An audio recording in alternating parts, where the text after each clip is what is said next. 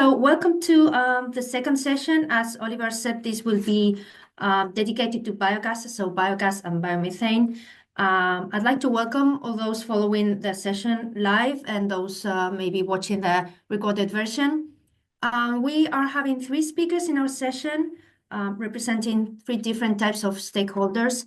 We have a representative from sectoral association.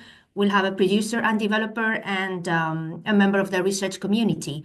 Colleagues, let me start with over my first slide on part of circular economy. Basically, when we look at biogas, we are not looking at only low carbon gases. We are talking right from the origin. That is the waste we generate every year. As we speak, every year as humans, we generate 105 billion tons of organic waste globally, which is not recycled. And at least the estimates are less than 3% recycled. And of course, this waste, which is going into our water bodies, in our grounds, of course, landfills, they are generating very high amount of greenhouse gas emissions, especially methane.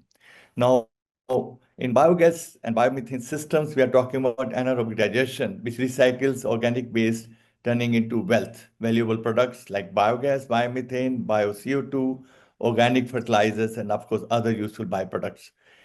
When we want to recycle entire organic waste that is readily available around the world, it is possible to deliver 50% of global methane pledge and of course cut global greenhouse gases emission by 11% by 2030. Next, please. Here, I'm just trying to give a brief overview of how global biogas market projected to grow, which are growing up to now between 8 to 10%. But as per latest International Agency Renewables Report 2024, it will accelerate from 8% to 10%, 30% between the period 2024-2030. And of course, as we speak, over 148,000 industrial scale biogas plants are operating worldwide. And we have almost 45 to 50 million household digesters providing clean cooking and heating in rural areas and including urban, where access to conventional energy sources are limited. All over the world, when we look at, Europe remains the most dominant region, with Germany coming up almost with 10,000 large-scale biogas plants, and of course followed by France, Spain, Italy, and others, and UK, of course. But other regions around the world, especially Brazil and India, which are really showing very high rate of this sector, which is almost 31% in 2023. And similarly, the story for India and United States, which also registered almost investment of $1.8 to $2 billion in 2023. Next, please. When we look at biogas production sources and end uses, we are talking about municipal organic waste, agriculture waste and residues, wastewater, industrial organic waste, sugar, mills and others, beverages, and energy crops, which are becoming very popular now. And the end uses are electricity, thermal energy, biofuels, commercial industrial use, household cooking, co-products, biofertilizer, and of course, bio-CO2, which can be also being captured now as a valuable resource. Next, please. When we talk about end uses, we feel that we looked at from World Biogas Association, looked at almost use. Primarily, biogas is being injected into the national grid to produce electricity all over the world, and this application is growing because it can replace fossil fuels and LPG as well as CNG, and also, of course, energy security. It becomes very important for investment on site generations. But another very important use is combined heat and power, which is also emerging very important, especially in industrialized states where we can really achieve 70 to 90% of energy efficiency by using biogas. Biogas upgradation has grown exponentially in the last 5 to 10 years, driven primarily by policy shifts and economic incentives. And of course, other household use, household cookings, where biogas replaces traditional biomass as good. In one of the recent global forum organized by International Energy Agency last year, we talked about how clean cooking is one of the main area where it affecting especially women and girl child in all over the world, on especially air pollution indoor. And that's where biogas can be very important source, one of the solutions to provide energy there. But co-products of biogas also becoming very valued, including biofertilizers and of course bio-CO2. Next, please. But biogas sector continues to face enormous challenges. First, there's a very high initial cost. The capex is very high when we talk about biogas sector, and that's where the whole challenges come. The technology barriers, complexities in biogas purification, storage, transport, standardization, benchmarking, and verifications. Regulatory markets are still working or just emerging so far as biogas is concerned. One of the key challenges biogas sector faces is fragmented policies. Many departments and agencies are involved right from agriculture to renewable energy sector to power sector, of course, state and city level where the organic waste is generated. And that really come up with a lot of delays in planning and permitting. In many countries, it is taking 3 to 5 years to give approvals to start a new biogas plant. So in overview, there's urgent need for consistent, supportive long-term policies, integrated approaches, financial incentives, of course, a level play field with other renewables as well, market drivers, business models, and of course, gas purchase agreements. Awareness raising also becomes very important tool here to really bring it on board at the global level. Next, please. No, we have recently come out with a green gas report for net zero for UK, and it became very clear for us that potential of biogas and biomethane can really make huge cost saving for United Kingdom and its people. Transition to net zero will save almost 298 billion pounds in the energy system, or by now nearly 7.5% by 2030. And this is equivalent to almost pound 415 a year for every British household. And of course, it can also help a lot to move towards net zero transition in tandem with other intermittent renewable energy sources, including, of course, we are talking about wind, solar, and of course, ethanol and other liquid fuels. Biogas has generated absolutely headroom within net zero targets recently, because these are the areas where we can really make a difference, especially from organic waste and industrial waste being generated all around the world as a part of circular economy. Next, please. Now, I would like to give you two case studies. World Biogas Association is working very closely on biogas sector in India. India is one of the major consumer of natural gas, and almost 40 to 45 to 50% LNG coming from being abroad. And here we feel biogas can play a very crucial role in India's energy security. As we speak, there are over 100 large-scale operational CBG plants. And of course, when we take total of different sizes, it is 108 and 70. But when we talk about large-scale business model, they are around 100, and approximately 600 plants are under development. And over 5 million small-scale biogas plants across the country are providing alternative at the household level. But India has set up a very huge ambition. Country has almost potential to produce 62 MMT of CBG, compressed biogas, every year, but less than 5% of that potential harnessed. And India has put a target up to 5,000 CBG plant from now up to 100 to almost 20 to 5,000 by 2030. And that's there's a drivers is very progressive government policies, including SATAT program, which is for the offtake by major oil companies in India, national grids. And of course, we are talking about Govardhan program, where we are using a lot of animal waste and crop residues. Very clear CBG targets and mandates on blending.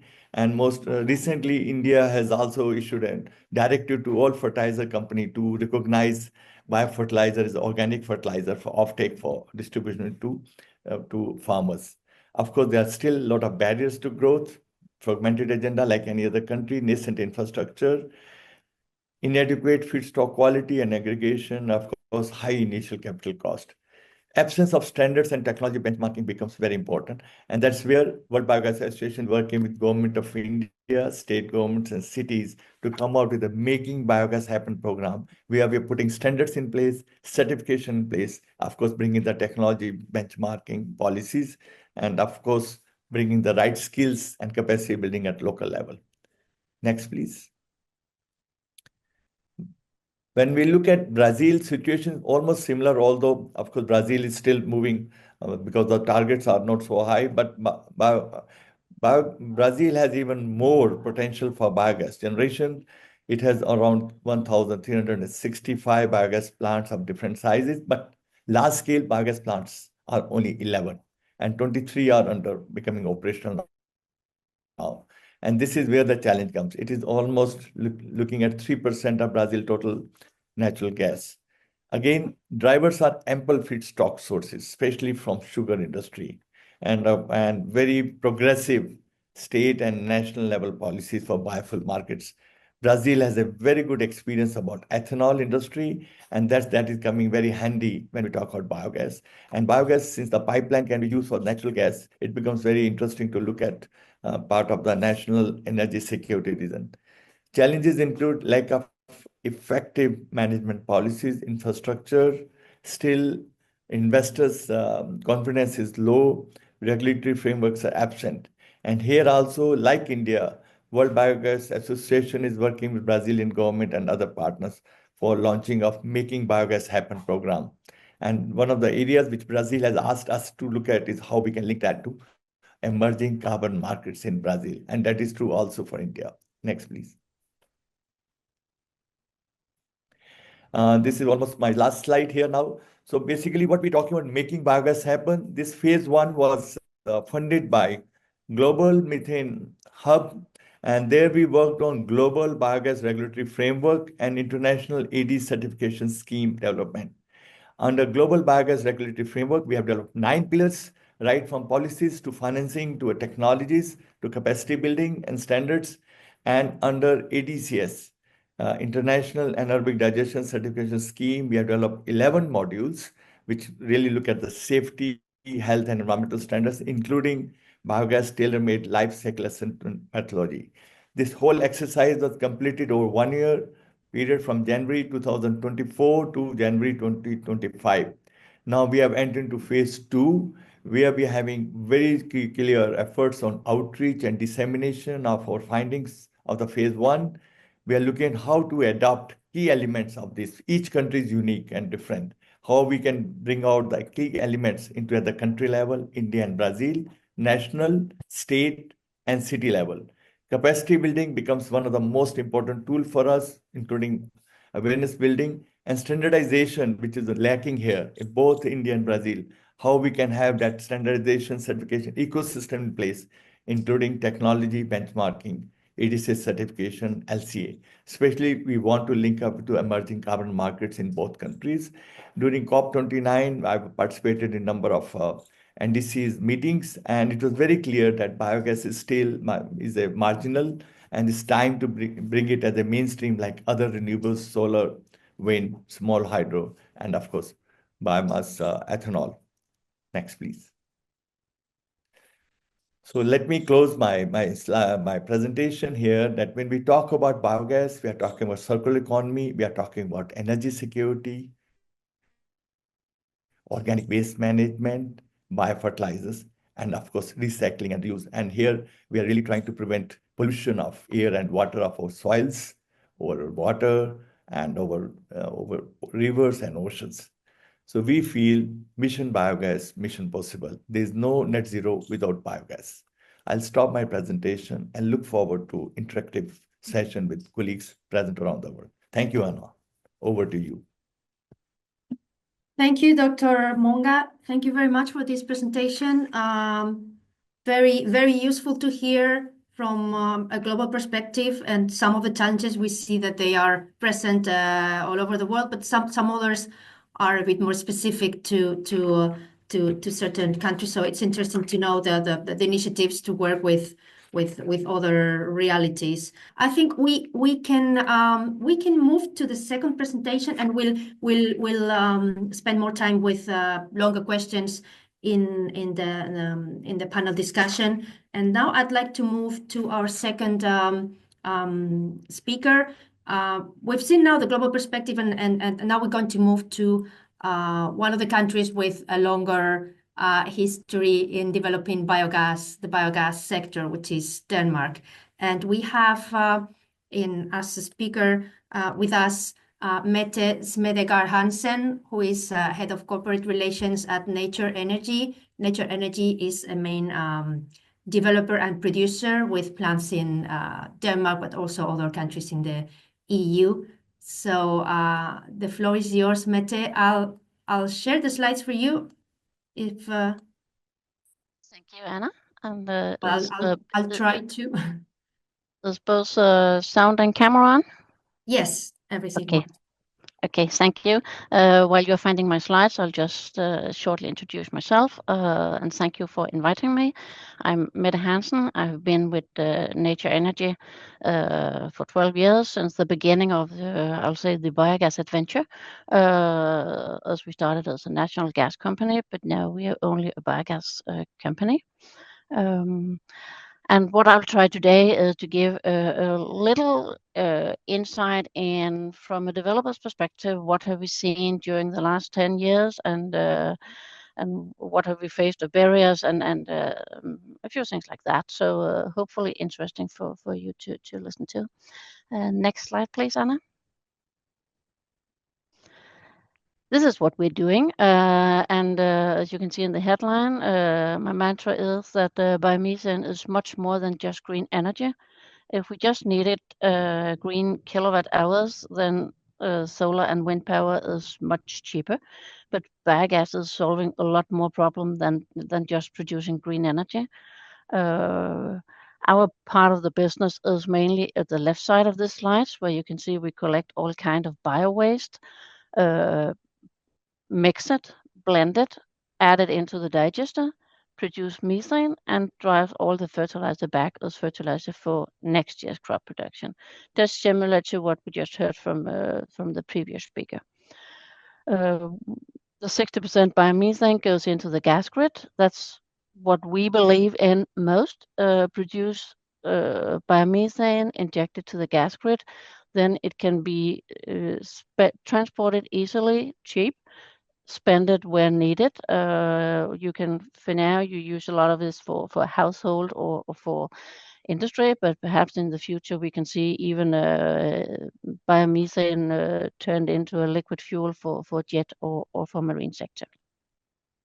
And then, of course, also, as you can see in the middle, and we also do a bit of that already, like storing the electric power into the gas grid with electrolyzers, so that we can produce even more methane. And for that reason, no need for expanding a lot of battery capacity for storing electricity. It can easily be stored in the existing gas grid. Next slide, please. If we have known 10, 15 years ago what we knew today, I'm pretty sure we will never have started. But perhaps we were just a bit like a bumblebee. We didn't know we couldn't fly, and therefore we started to do it. Because I could tell you, I could build a whole tower, I'll say, of barriers that I could put up, say we have faced this and this and this. But what's important for me is that most of the barrier we face is not barrier put up by any kind of government or regulator to put up barriers for biomethane. We mainly see the barriers as barriers because when you wrote some kind of regulation, perhaps 15 years ago, nobody imagined that we could do biomethane in large scale co-digesting biomasses in the way we can today. So the way suddenly energy, waste, agricultural sector is kind of combined, makes a lot of barriers, like they don't have the same definitions, they don't use the same categories or whatever it might be. So, and that's important, that it's not put up because of biomethane, but it's just a development that we can see now. This regulation will be a barrier. It also means that often we can see regulators are keen on discussing what do we need to change so that we can make this development with the large-scale biomethane plant possible. Therefore, on the other hand, we think we can see so much benefits of building biogas facilities. We see them as kind of, I'll say, a green refinery. We add in a lot of waste and residues with almost no value. We turn it into green molecules in a gas stream and some other green molecules in a fertilizer stream. And then we can use it and spend it for whatever it might be. And as we also heard the previous speaker said, there's a lot of also household waste. I'll say as far as there are 8 billion people at the earth eating every day, we need to produce some food. And for that reason, there will always be some kind of green carbon that need to be transformed from inhomogeneous solid part into some other some other part where it's easier to transport and can be used as gas molecules or fertilizer molecules. So building a biogas facility will never be a dead end to go down on. Next slide, please. I'd say one of the main part we have learned was, if we look, what did we think 10 years ago was the most important, to what do we today see is actually even more important. When looking into where do we want to establish the next biomethane plant, 10 years ago, we saw that the three most important factors was, can we get easy access to the gas grid? Can we have some kind of a subsidy scheme, because producing biomethane doesn't go for free? And how much biomethane can we produce in cubic meters?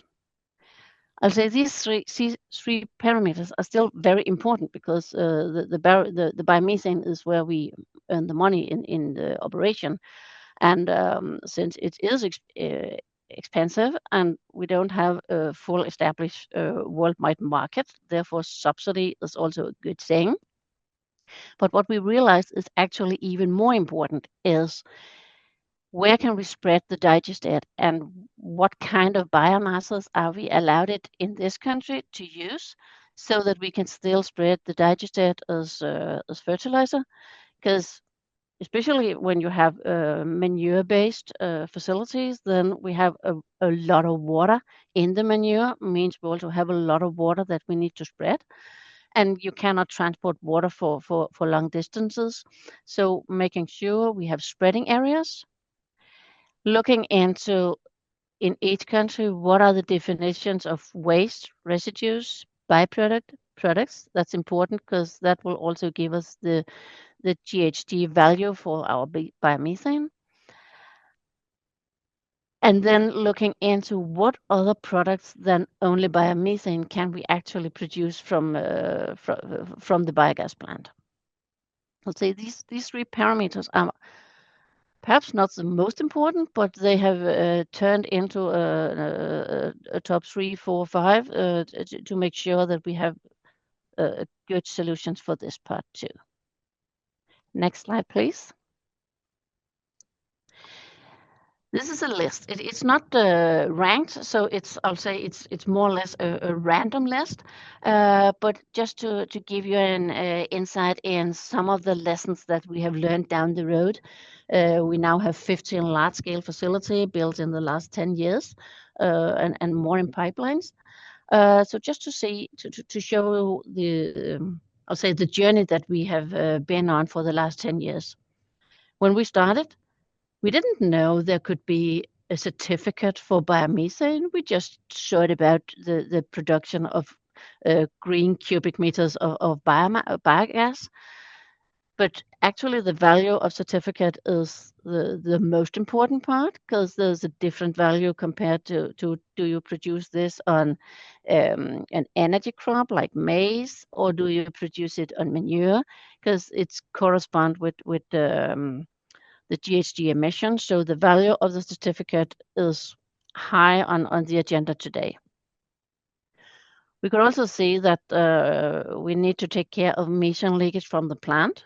That was not a prioritized when we started, but taking care of methane leakage from the plant, and we can see the main single emitter is from the post storage, where we have the digested biomass waiting for getting back to the farmers.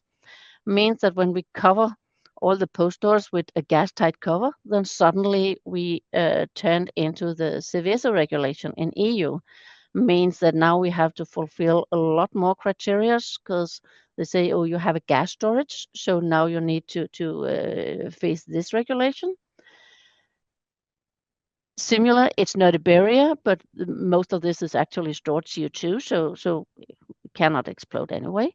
But just to say, this is just coming at the agenda, we didn't know it was coming. When we started to the first facilities, we started these in cooperation with the farmers, and we more or less borrowed the manure from the farmer, took out the biomethane and let the fertilizer go back. As more developer comes in, more biogas plants is in operation. Farmers can see some companies can earn money for this. So, and the same goes for some of the industries that have the organic way or the biological waste. So, in a way, manure and waste suddenly change to gold. Oh, this is important for somebody. Then I need to have some money for it. So, farmers asking, how much will you pay for the manure? Instead of saying, okay, I want this because that will also be better for my farm with less emission from my farm. How to count to 90%? What I mean by this is that the way we produce biomethane, just because that's the way the process runs, means that when we add in 100 molecules of carbon, a large part of these will go directly back to the farmer, undigested. A part of this will be CO2, and the other part will be methane. Only roughly 36% of the 100 molecules will turn into methane. But if we could do something else, we need to get at least 10% back to the farmer to keep a good soil. But if we can store the CO2, use the CO2, produce some better fertilizer with a higher value, all these kind count. So it's not only producing biomethane, it's what can we do with the carbon that we get in. That's where my green refinery comes in. We could say a few years ago, like I'll say rest of the world, we could suddenly see that the COVID influenced on this because all borders closed. There's a huge market for used cooking oil coming out of China. It couldn't come out due to COVID, means that the industries used to use the used cooking oil. They will now use another oil or biological oil, means that it couldn't go to the biogas plants. So that was just an impact we hadn't seen come, but that is also an effect. The NIMBY effect means not in my backyard. It's also what we can see, I'll say, worldwide. Everybody wants to save the polar bear, do something green, like green transition, but not in my backyard.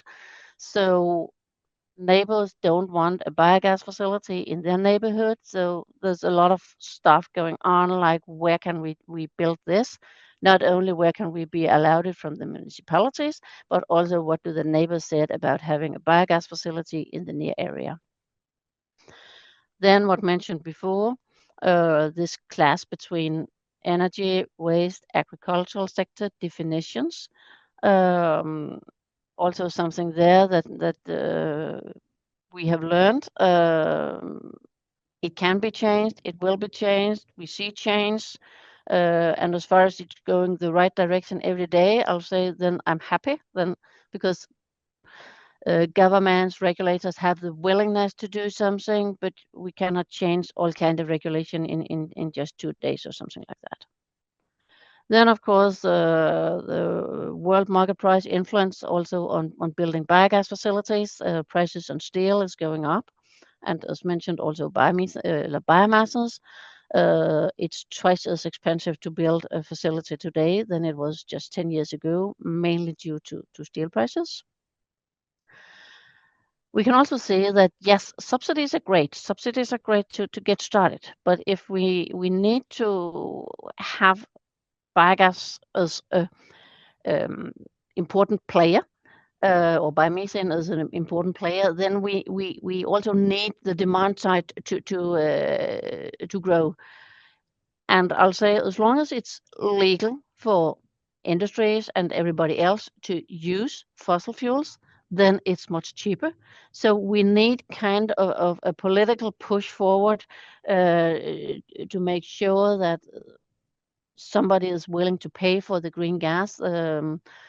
If not, then it will only run when the subsidy is on, and when the subsidy is off, then we'll turn down the production. So that's not what we want. And then I'll say, and that goes, I can mainly say for Europe, but I think it will also be a factor in rest of the world. We can see during the last, especially 3 years, that the biomethane is more and more being part of national energy security, where we can see these national resources spent for producing decentralized green gas instead of being depending on other neighbor countries with national gas, is more and more coming in on the national agenda, especially in a lot of European countries this year. Yes, next slide, please. So just a wrap up from me. If you dive in, what have we seen during the last years? And as mentioned, sun, wind, biowaste. I think in the long term run, it will be the only 3 resources we actually have for energy. Sun and wind, of course, but 8 billion people eating. Then we also have the biowaste, and that's where we see that all this should be turned into green molecules for green energy. Thank you, and back to you, Anna. Thank you, Mette. Thank you very much for sharing with us your perspective, your experience. I think it gives us confidence to think that there were a lot of challenges in the past, but that's because, well, the sector was doing new things. So when you do a new thing, then obviously you encounter limitations and barriers, but some of them have been solved and now we have new ones, but hopefully there will be ways to work with them and make things work as we all want. I'm going to check if we have a question from the audience.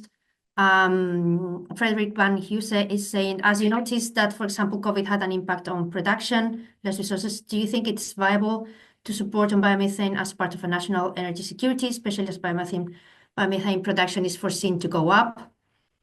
I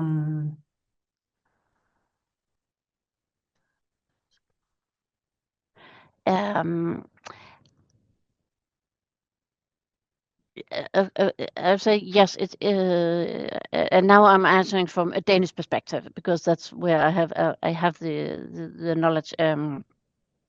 We can see that putting biomethane as part of national security or energy security means that when they look into how can we manage situation in case of any kind of, also when IT related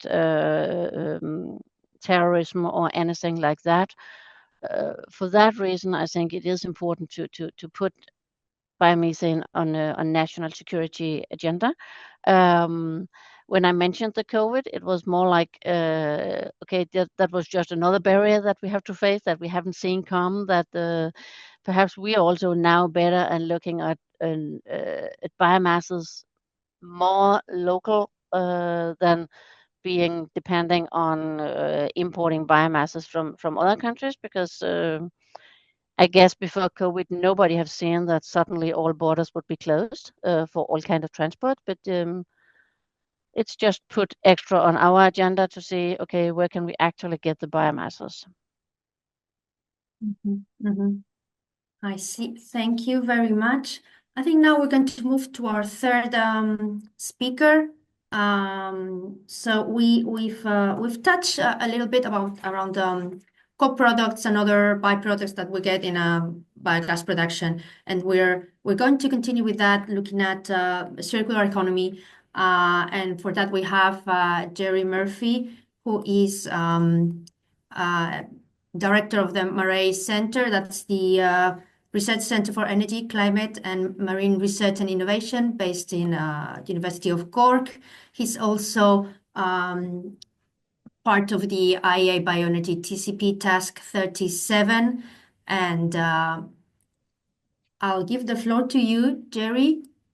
Thank you, Anna. Can you hear me? Yes, perfectly. And you can see my screen? Yes. Thank you very much for the invite. It's a pleasure to present here today. My perspective is very much as an academic, looking at what can happen over the next 10 years. So looking into the future a little bit. So I have a perspective on a circular economy approach to biogas. And this is a sort of a menu that we work off in our research group. So on this, you can see in the bottom left, we're looking at anaerobic digestion, but we have this concept of integrating technologies. So on the top left, we also look at renewable energy and the production of hydrogen molecules. And we're very interested in molecules. So the idea of hydrogen from offshore wind or PV, renewable biomethane from anaerobic digestion, and renewable carbon dioxide. So I very much appreciate the idea from Meta that the biogas plant is part of a green refinery. And in this presentation, I want to look at 3 or 4 elements in a little bit of detail. So one of the areas we've been looking at is carbon dioxide. So if we put biomethane into the gas grid, what do we do with carbon dioxide? And we have a process of converting carbon dioxide to microalgae that I'll look at in a little bit of detail. Another area we're very interested in is in digestate. And again, Mette mentioned the issue of spreading of slurry and regulations around spreading of digestates. We've been looking at converting digestate into biochar, which is almost 80% carbon. It's a solid and it has a lot of potential value. So we might look at that in a bit of detail. Another area we're very interested in is putting electrodes into an anaerobic digester and onto the area of bioelectrochemistry. And the last topic I'll look at is this integrated system of power to X and biogenic CO2 and the production of aviation fuel, shipping fuel, green chemistry. So this is the first of the 4 case stories, and it's looking at upgrading biogas with microalgae. And one of the drivers for this is a project we've been working on in the Dingle Peninsula in the southwest of Ireland. We've been working for around 10 years in a co-design process. And one of the issues with upgrading of biogas, it's quite expensive, and it's very expensive at small scale. So biogas upgrading is good at the very large scale. When you come to a small scale, it can be expensive. So the process we're looking at is passing biogas into a bubble column at a pH of about 11, and our CO2 goes into solution as bicarbonate. And we pass up through that tower a solution of microalgae, and they take out the bicarbonate and grow.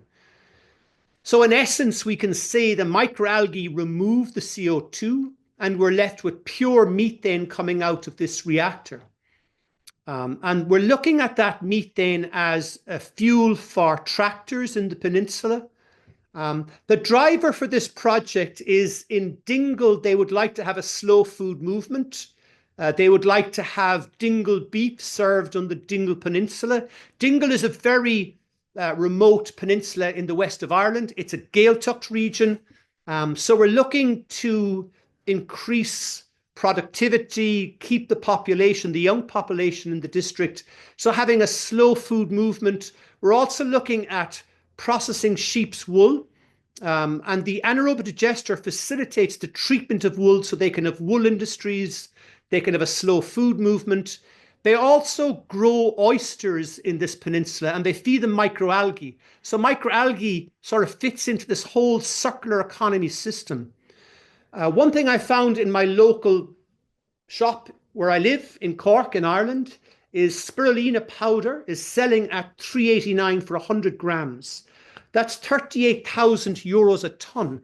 So this microalgae product can have a very, very significant value and can subsidize the whole circular economy system. Oops, wrong way.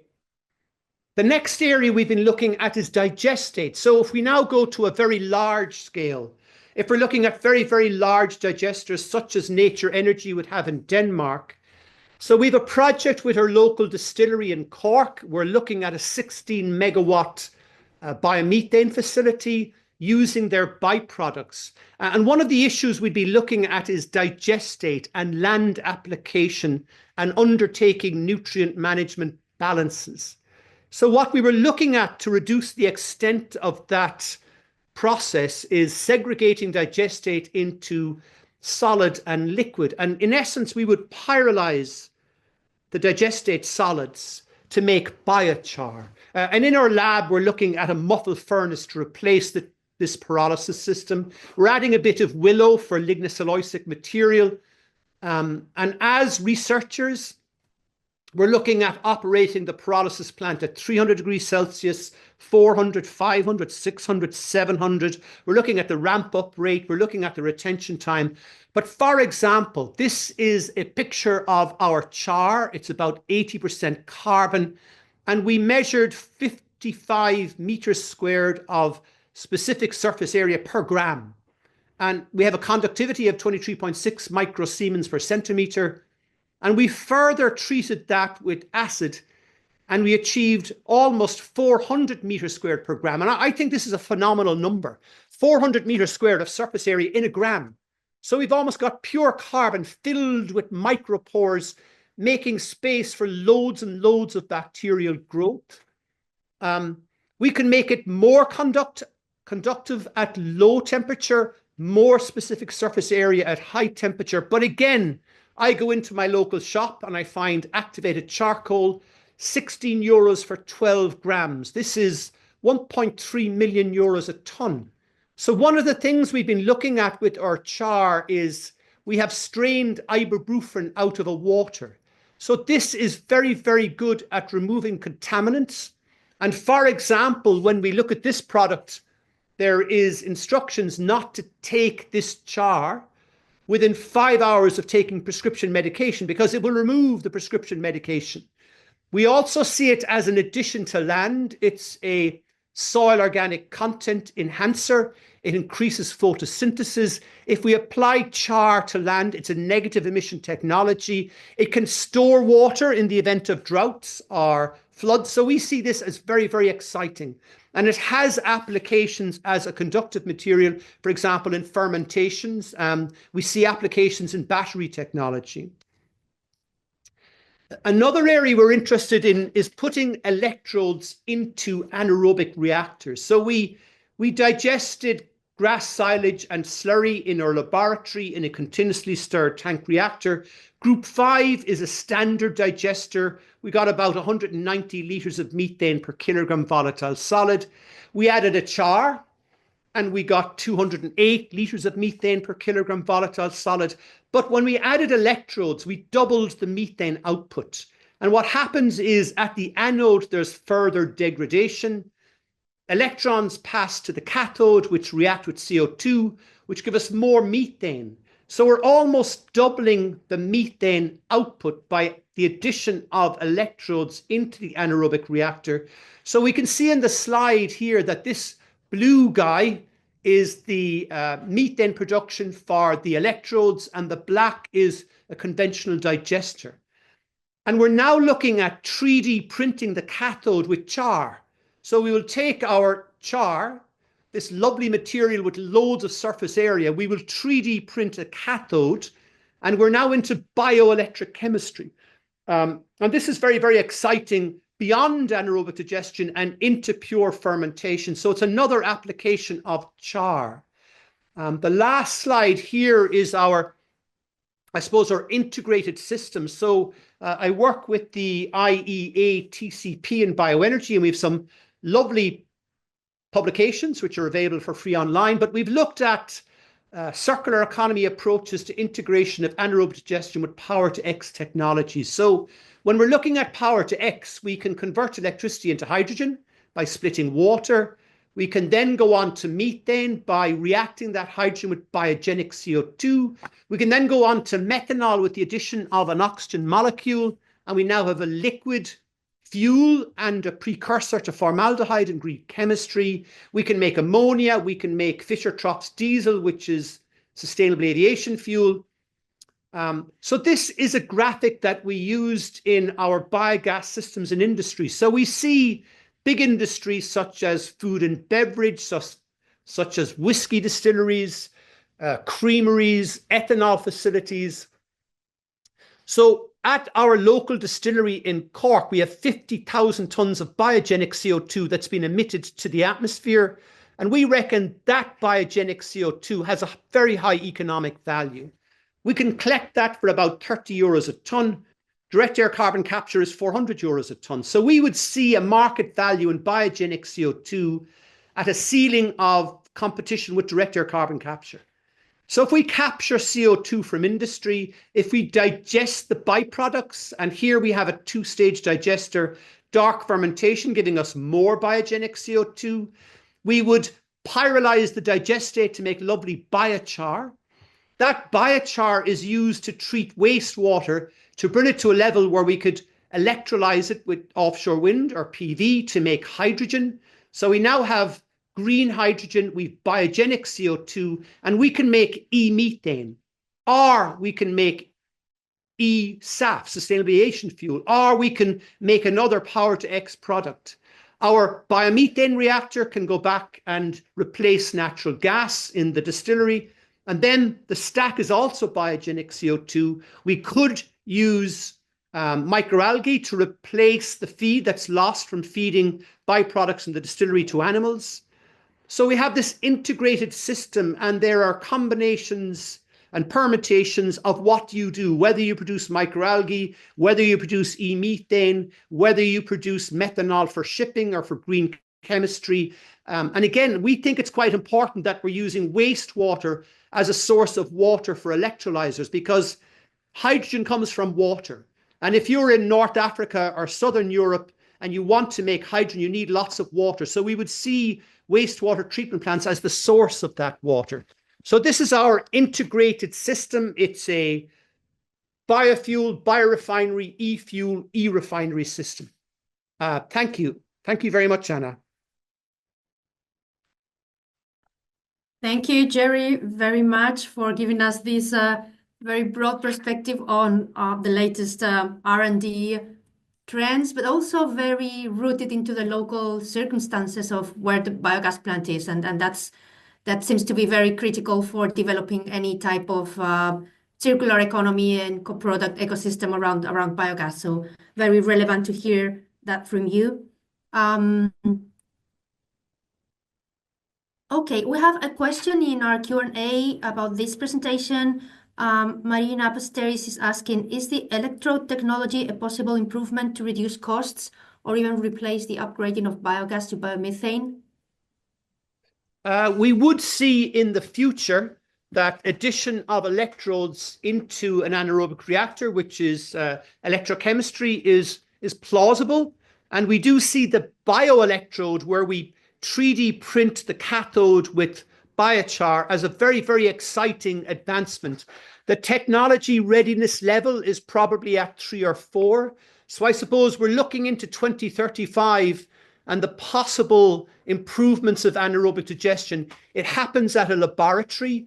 I suppose our concern is if you have an anaerobic reactor with a diameter of 26 meters, you need to be in proximity to the anode and the cathode. So we're looking at the moment at a sort of concentric circle that would fit into the anaerobic reactor, that you're never too far from the anode or the cathode. But it's a technology under development. I think the biggest reactor at the moment is about 5 meters cubed. So it's it's under investigation at scientific scale, hoping for application in the 2030s.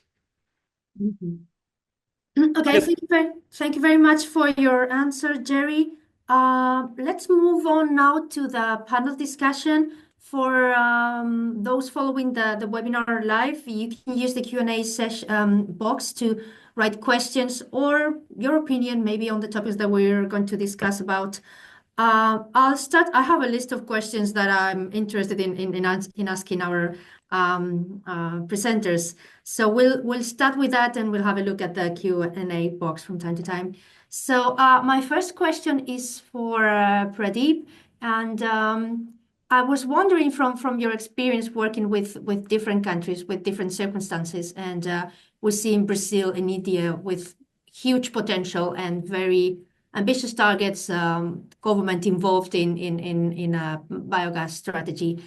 What do you think there are specific challenges in emerging economies to develop their biogas markets that are maybe different from the perspective of other countries that have been working on this for a longer time? Yeah, thank you very much, Anna, for a very good question.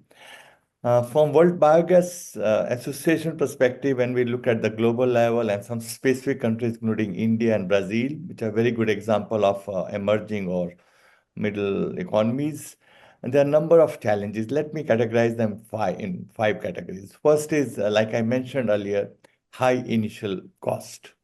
Capital cost, which becomes also, like Mehdi mentioned, the steel and other prices going up after COVID and recent times have added to that. So when you compare with other renewables, basically when we compare biogas with others, it means other renewables I'm talking about, how to have a level play field. So there's a high initial capital cost, especially for newcomers who are getting into this area. Second, are there very distinct technical and capacity challenges. On technology side, most of the plants we have seen from emerging economies are from Europe. Those technologies have moved from Germany and others. And somehow performance of most of the plants, like for example, in India, we looked at a couple of plants recently, last 2 weeks earlier on the margin of India Energy Week. To our surprise, we found almost 50 to 60% plants are operating at the performance level of 60% to 70%, and they were not reaching 90% plus. So it means there's a huge gap between technology imported and how to adapt it to the local conditions. I'm sure Mehdi and others must have faced same challenges when they started with their first CBG plants or the large scale CBG plant. Capacity side, we were also surprised that while for solar and other renewables, there's a lot of human skills present in these countries, but for biogas at the industrial level, there are very few people and very few consultancies which are available, which can really, country like India, for example, which is from 100 large scale compressed biogas plant reaching up to 5,000. There are very couple of small number of experts working, providing design and other kind of services at the national level. Third is, of course, feedstock availability and aggregation data. One of the challenges we are facing in successful business model of biogas plants in emerging economies is that there's no surety about availability of feedstock on a long-term basis, whether it's agriculture or municipal waste. But yes, things are improving now because there's a cost there, and if a plant is built on a low cost of availability of that feedstock, and that is also on consistent basis, if something goes wrong, whether it's crop residues or whether it's organic waste from municipal waste, then the whole business model concept changes. Fourth is, of course, many countries, we don't have level play field on policies. On, for example, power purchase agreement for solar are much different and better than buying gas purchase agreement for the national grid. And that's where we feel that policy instruments become very important. And fifth, most importantly, is awareness. Mehdi mentioned very clearly in Nimbus Impact, how CBG plants, everybody wants. Biogas is not a green energy, but it has to be seen more from the waste management perspective. Country like India or Brazil, especially India, 1.4 billion people, and there's no concrete step forward on sustainable waste management in cities in India. And the biogas provides a very important milestone. But let me close here by saying that one area when we want to scale up biogas industry in emerging economies, there's a lack of standardization, lack of certification. There's no regulatory instrument in place in policy level. And we feel that the time has come. These countries must learn from other countries, especially from Europe, the best practice models. Of course, everything cannot be dovetailed to national level. And that's where certification, standardization, technology benchmarking, and capacity building becomes very, very relevant to really make a difference in emerging economies. Well, thank you. Thank you very much for this a very complete answer that summarizes very well the concrete challenges that these countries are facing. We can go now maybe to I would like to ask Mette, in mature markets and countries that have been working on this for a longer time, you've already encountered some of these challenges, others are more specific. What do you think are the main bottlenecks for scaling up something that already exists? Is there enough feedstock? Is there enough support to continue scaling up? Is there a limit on this? What's your point of view about this? I'd say the short answer is there enough feedstock? Yes, there are plenty of feedstock, especially compared to what we're using today. One of the main thing that keeps on a barrier is that often we see in a lot of countries that from an energy perspective, governments put up national targets for how much green energy and sometimes even how much biomethane do they want. But as mentioned, you cannot only look at the energy side when you're producing biomethane. You have to look at the agricultural side. You have to look at how to handle food waste. You have to look at how to handle green household waste. So when the energy sector in a country said, oh, we need, 5 billion cubic meters of biomethane by 2030. If the agricultural sector doesn't change their rules so that it will be possible to co-digest some biomasses and still allow the farmers to spread the degassed biomass as fertilizer, then we'll never succeed. So often we say that, okay, happy to see that you set up a target, energy people in this country, but please go tell your agricultural colleagues that they need to follow up so that this will actually be possible. Or go tell your municipalities that now you need to separate the household waste so that we can get the green part, all the leftovers from the households to digest them so that the urban population can participate in producing fertilizer for next year's crop production. This is where we can see that sometimes biomethane becomes a bit complicated compared to, okay, then we just put up a solar panel, sun will shine, everybody will be happy, we produce some green energy. Yes, but you don't solve any kind of problem with chemical fertilizer, using fossil energy. You still have to get rid of the biological waste. So it's not that I like solar panels, it's not that, but you don't solve the same problems. So that is where we really need to push for, and we do it with WBA, we do it with IEA, we do it with other kind of organization, and of course ourselves. We need to push for the understanding of biomethane is not only green molecules. It's not even just this Kinder Surprise where you get 3 good stuff. You even have a Kinder Surprise with a reusable wrap-up, because you get energy, you get fertilizer, you get taken care of waste, and you get national security for energy. So all these this storytelling is very important, I'll say, both in mature and not mature markets. Thank you. It's true that maybe the energy part is the one that has been more developed in terms of regulation, and now we hear people from different stakeholders pointing out that there are other products that maybe need some regulation, some clarity, some rules to be able to develop these co-products. I have a question for Jerry because Jerry was focusing on different products, how to develop other business cases that take into account some of these potential co-products. But it's true that biogas plants can be very different in terms of size from one country to another, from one region to another. Especially size can be very, very different, but also maybe the type of feedstock or the surrounding areas. So I guess this can be a challenge when you want to develop new technologies for specific co-products. What would be a good strategy, or how do you face that when you work in this kind of developments?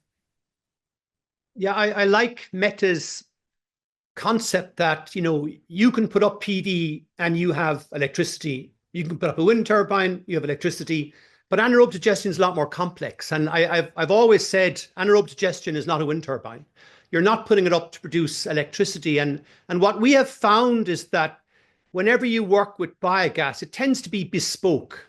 So I can take two examples that we've worked on that I mentioned previously. We started working in a community in the southwest of Ireland, a very beautiful place, Stingle, and we tried to figure out what they wanted. What do they need? How do you decarbonize a very agricultural coastal community? And initially, with government backing, we set up this system of public transport running on electric buses, a lot of PV in the farms. But then we tried to figure out what the community wanted, and they wanted a slow food movement. They wanted an abattoir in their peninsula. They could slaughter their animals, have dingled beef. They wanted a wool industry. They were making oysters already, which were fed with microalgae. So working with the community, we've come up with this idea of a digester that suits their needs. It's sized for them. It produces microalgae, which can be used to feed oysters or feed people. And they want their tractors running on biomethane. And that was a co-design. But then on the other side, we work with a really large distillery group, and we're looking at really very, very large digesters. And we found them fantastic to work with. And again, we didn't start with anaerobic digestion. We looked at the whole system. We looked at their fuel. We looked at their electricity. And one issue with a lot of distilleries is they're rural. And if you are to electrify, you need power lines going down there. So we looked at electrification as much as possible, but then we looked at digestion of their byproducts. And we can replace natural gas. So that's scope 1 emission. But then the fertilizer can go on the land where the grain is grown. And that's a scope 3 emission. So they're reducing scope 1 in terms of replacing natural gas. They're reducing scope 3 in that the fertilizer is being replaced by digestate. We could also have the trucks from the farm coming in and out working on biomethane, which is another scope 3, and it's a higher value for the biomethane as a transport fuel than using it to replace natural gas. So we find it's bespoke. And when you work with developers or distilleries or ethanol plants or with communities, you try to figure out the problem set as you go along. So for a very large distillery, the problem was digestate, which Meti mentioned. And I've done nutrient management balances that have gone into 3 counties. So all of a sudden you're thinking, a distillery doesn't want to be responsible for fertilizing farms across 100,000 hectares. So you then start looking at char. We can make this into a beautiful 80% carbon nodule that's pure carbon. And when we apply that to the land, it's a negative emission technology. So I think a lot of the ideas are in co-design. You work with a developer, you work with the community, you try to figure out how is this application best suited to this community. But the starting point isn't let's build a biogas plant. The starting point is there's a system here. How do we improve a community? How do we bring employment to the community? How do we decarbonize alcohol? How do we decarbonize ethanol? There's a lovely plant up in Quebec that we visited that was making ethanol. And the carbon footprint of the ethanol was higher than Brazilian ethanol. So they brought in biomethane as the next step. So biomethane reduced their carbon footprint, replaced natural gas. And their next step is bringing in a 60 megawatt electrolyzer, and they'll capture the biogenic CO2 and produce methanol. So they'll now have ethanol for transport, biomethane, and biomethanol, stroke e-methanol. So the carbon footprint is reduced because we got rid of natural gas, but that carbon footprint is now over 3 products. So again, that's another way of thinking. But again, it's how do you make the ethanol have a lower carbon footprint than Brazilian ethanol? That was the starting point. And then you come up with this solution of 3 different energy vectors and getting rid of natural gas and improving the sustainability. So it's always different. But the starting point is never, well, in my world, it's never build a biogas plant. It's why would you build a biogas plant? Can you reduce fugitive methane emissions from open slurry tanks? I mean, I'm very impressed with Denmark and their requirement to digest slurries. And I agree with Mette as well. Subsidies aren't enough. There has to be a reason to have a demand for biomethane, whether it's we can't spread raw slurries on the land because it's causing eutrophication, so it has to be digested, or whether there's mandation on 20% natural gas substitution by 2030. I really feel Denmark is a champion in this. I think, Mette, at this stage, you're at 39% substitution of natural gas, but that came from water quality. The issue in Denmark was water quality. Anaerobic digestion solved water quality, but gave them 39% substitution of natural gas. So it's a whole system thinking. And I'll finish with, we're not a wind turbine. And I have seen the marginal abatement cost of biogas being portrayed very, very poorly because people think we're a wind turbine. We're not a wind turbine. We're cleaning water, reducing fugitive and methane emissions. We're making biofertilizer. We're allowing communities have a sheep wool industry and a slaughter industry. So we're part of a circular economy system. Yeah, thank you, Jerry. There was a question in the Q&A that I've seen that Mette has answered, but maybe we can answer it live too, because I think it's relevant to the discussion that we are having. And we had Syed Ahmed asking in terms of moving away from subsidies for the future. And I think there was a question after Mette's presentation, so it was a question initially for Mette. For the future, how important do you believe customer knowledge of biomethane and customer pool of green gas supplies will be? And I think this has to do with the perspective from consumers and how biogas is sold, also maybe linked to the certificates value and how this value accounts for, well, greenhouse gas emissions is a bit more obvious, but there are other environmental attributes to biogas that maybe it's worth mentioning. If you want to, you answered it already, but if you want to go through it again, Mette. Yeah, I can just add a few words because, to be honest, I don't think each small customer need to be interested in biomethane. I cannot imagine my parents-in-law needed to be involved in whether they are going to use biomethane or anything else. But we need everybody to be interested in doing something good for climate. In all aspects, also means that there, even if you have a small household and you think, now I'm going to buy some energy, I want to do something good for climate. And then you can ask your energy company, I want to buy something that's good for climate. And then the energy company will have the green solutions for you. If you take another example, that's the other one I gave. Everybody thinking doing something good for climate also means recycling, thinking of recycling. Some of the other speakers mentioned that too. If we already have something put in circulation, people need to be aware of reusing that. Just as you reuse, I don't know, clothes for kids or whatever it might be, you have to reuse even small green molecules.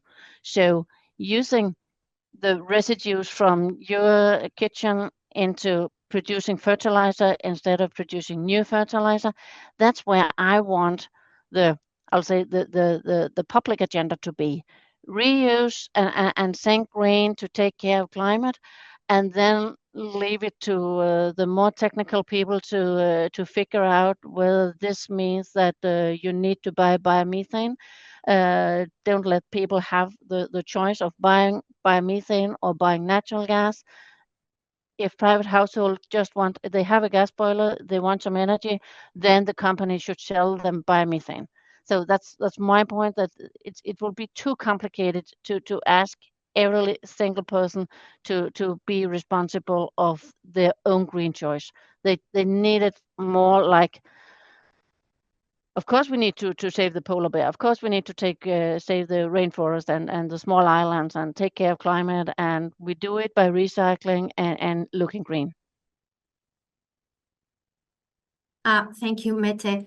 Talking about this recycling and waste, I have a question for Pradeep, because we know that in India, this is one of the drivers for biogas support from the government, apart from energy security, which is one of the other important ones. But they have a lot of initiatives on increasing waste management, both from municipalities and agriculture.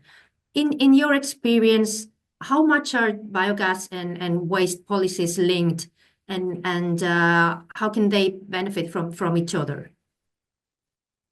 A very good question. In fact, let me build on what Mete and Jerry already mentioned, systems approach and entire biogas supply chain, where we are connecting the dots. India is a very good example. I don't know how many people are familiar with that. In India, in winter months between November and December, India, especially capital of Delhi and northern India, the air quality goes down immediately because of crop residue burning in Punjab and Haryana, two states, agriculture states. The reason is there's no other use for crop residues except burning them, because the crop rotation is so small, farmers must do that, or that residue should be there. Biogas and hybridization can provide that very clearly. In fact, for air pollution and water bodies, India is producing so much organic waste, and that is going into landfills or into our water bodies or rivers, and of course oceans around India. And that is true for most of the developing countries.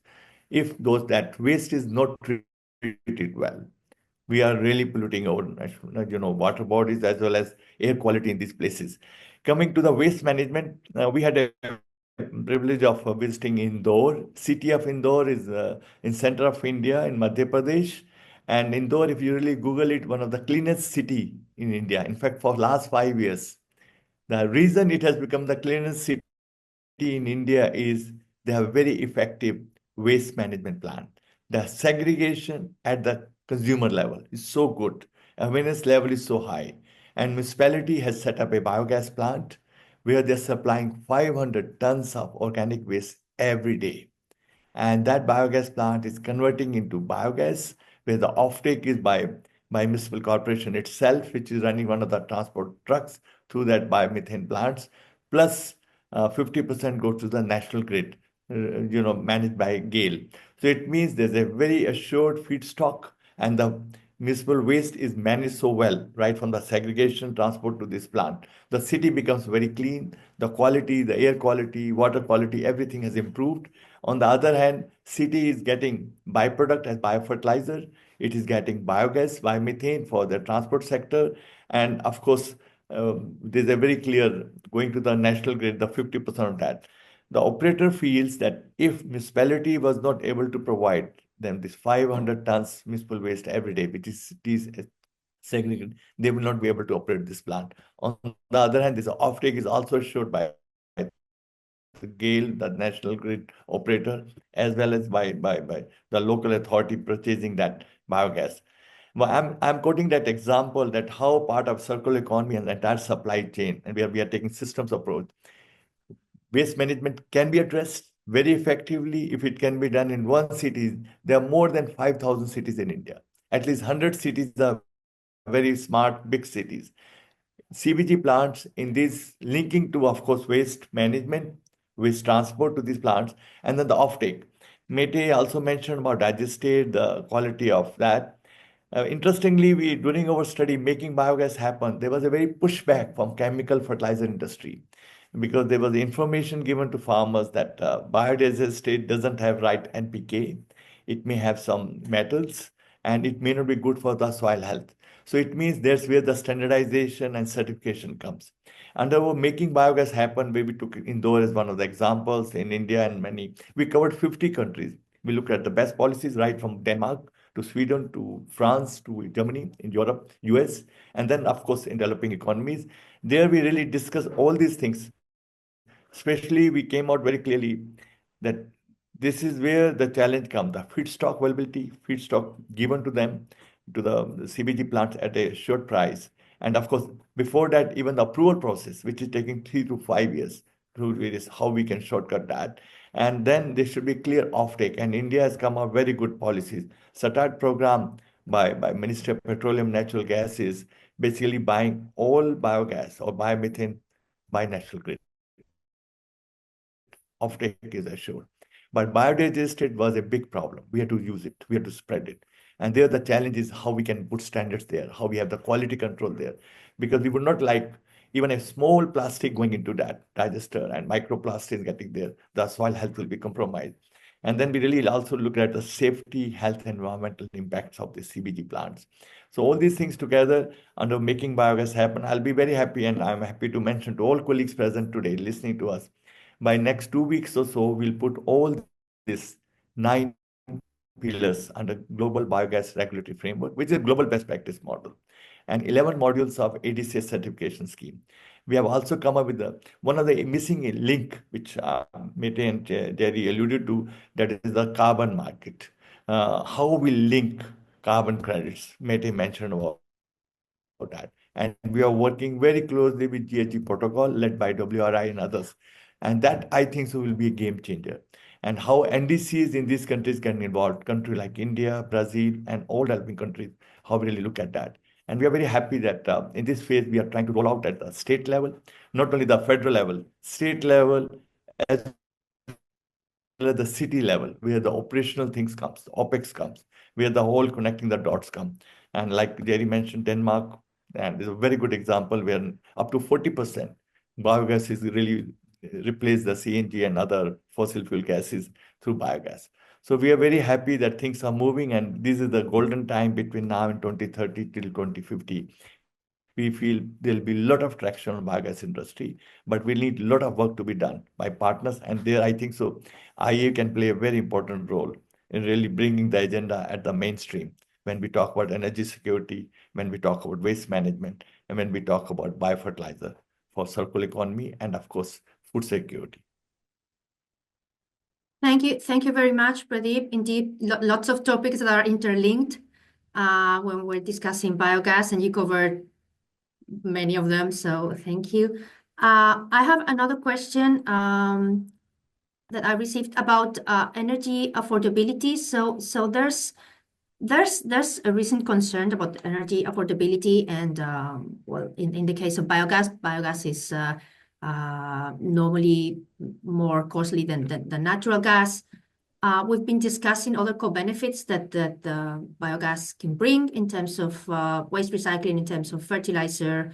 We've discussed co-products that can also help give extra revenues for biogas plants. In your perspective, and maybe I'll start with Mette because she's working directly with industry. Are these co-benefits enough to make energy from biomethane competitive? Do we need to rely more on green certificates? Maybe that's the way to go. What is your perspective on this energy affordability concern? I think we can put up another seminar to answer that question, because I have a lot of variation for that question, and I'm pretty sure that the other speakers will have even further variations to answer. Whether energy is affordable or not is very often depending on the political decision in each country. It's not that it's costs the double to produce energy in France of what it does in Denmark, but for a French household, it's a much larger part of their household income to pay for energy than it is in Denmark. So that very much depends on the political level. The risk is that biomethane will be expensive because we don't produce enough of this. Because the potential is great, and if we just have a large production, then it will be affordable. But as long as it's still kind of a niche product, and especially the high value certificates for special for special biomasses, then we have a few markets with a willingness to pay. So no doubt, if the marine sector, for instance, decide to use this, then it will be very expensive for the large household to pay the same as the marine sector. But I think it's not that we can say, okay, this is expensive, so we don't use it. We just need to have every single chain in to put up the right political level or the right decisions to do this. A very short example: in Denmark, municipalities have paid for getting rid of not separated waste, means both the organic and the non-organic part, or the biological non-biological part. Before, up till a few years ago, they paid incineration CHP plant to take the household waste. Now they separate it, and then they sell the green part to the biogas plant. Means that as a biogas plant, we need to pay for it. The municipality, they are happy because now they earn money instead of paying for getting rid of it. Now they get money for it. So the people in that city, they can save tax because the municipality can find another income. But then, at the other hand, if they want green energy, then they have to pay more for it. So it's very much about where are the money streams in the whole chain. So it's therefore I think we should put up another seminar if we need a deep dive in the reply of that question. Well, indeed, this is a complex topic, and the fact that biomethane can serve different sectors makes it even more complicated, because every sector has different regulations and pays differently for the greenhouse gas reductions, and then taking into account feedstock and waste that adds to the complexity. But thank you for your answer, because it gives very interesting things to think about. I think we're running out of time. It's just past midday here in Central European time, so I think we'll close up this session.